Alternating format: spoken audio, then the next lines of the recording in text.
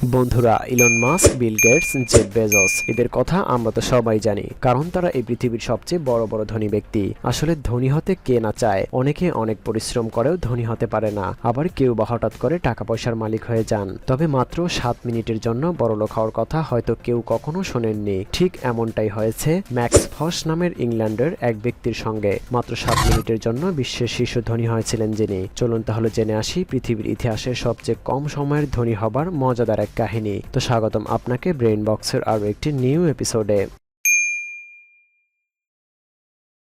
Max ফস মাত্র 7 মিনিটের জন্য বিশ্বের সবচেয়ে ধনী মানুষ হয়েছিলেন বলে দাবি করেছেন নিজেই। বিশ্বের সবচেয়ে ধনী মানুষ হওয়ার ঠিক 7 মিনিট পরই তিনি নিজের ইচ্ছাতেই সেই পদ ছেড়ে দেন। শুধু পদই না, নিজের মালিকানায় থাকা যা কিছু সবই ত্যাগ করেছেন। ম্যাক্স ফস পেশায় একজন ইউটিউবার। বিশ্বের সবচেয়ে ধনী ব্যক্তি হয়ে ওঠার কাহিনী নিজেই বলেছেন ম্যাক্স। নিজের ইউটিউব চ্যানেলে তিনি জানিয়েছেন, ইংল্যান্ডে কোম্পানি তৈরি করা খুবই সহজ, একটি ফর্ম ফিল আপ করলেই হলো। আর সেভাবেই ম্যাক্স তৈরি করে ফেলেন নিজের কোম্পানি। কোম্পানির নামের শেষে শুধু লিমিটেড লেখাটি থাকতে হবে। তিনি নিজেই কোম্পানির নাম দেন আনলিমিটেড মানি লিমিটেড। এবার শেয়ারের পালা। কোম্পানির 1000 কোটি শেয়ারের কথা ঘোষণা করেন ম্যাক্স। তিনি বলেন, যদি আমি 1000 কোটি শেয়ারের কোম্পানি হিসাবে নাম নথিভুক্ত করি আর প্রতিটি শেয়ার 50 পাউন্ডে ছাড়ি, তাহলে কোম্পানির দাম হবে 50,000 কোটি পাউন্ড। এতেই বিশ্বের সবচেয়ে ধনী ব্যক্তির নামে উঠে আসবে ম্যাক্স।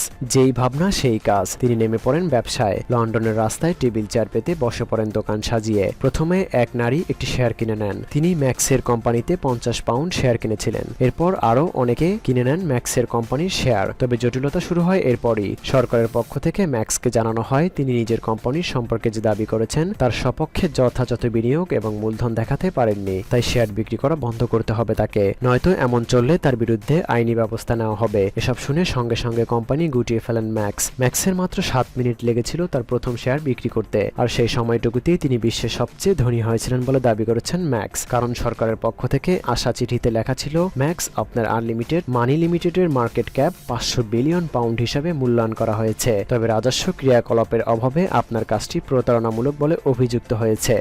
বন্ধুরা, ভিডিওটি ভালো লাগলে লাইক করতে পারেন, এবং আপনি যদি এমনই আনকমন আর ইন্টারেস্টিং ভিডিও দেখতে পছন্দ করে থাকেন তবে ব্রেইন বক্স চ্যানেলটিকে এখনই সাবস্ক্রাইব করুন এবং পাশে থাকা বেল আইকনটি প্রেস করে রাখুন।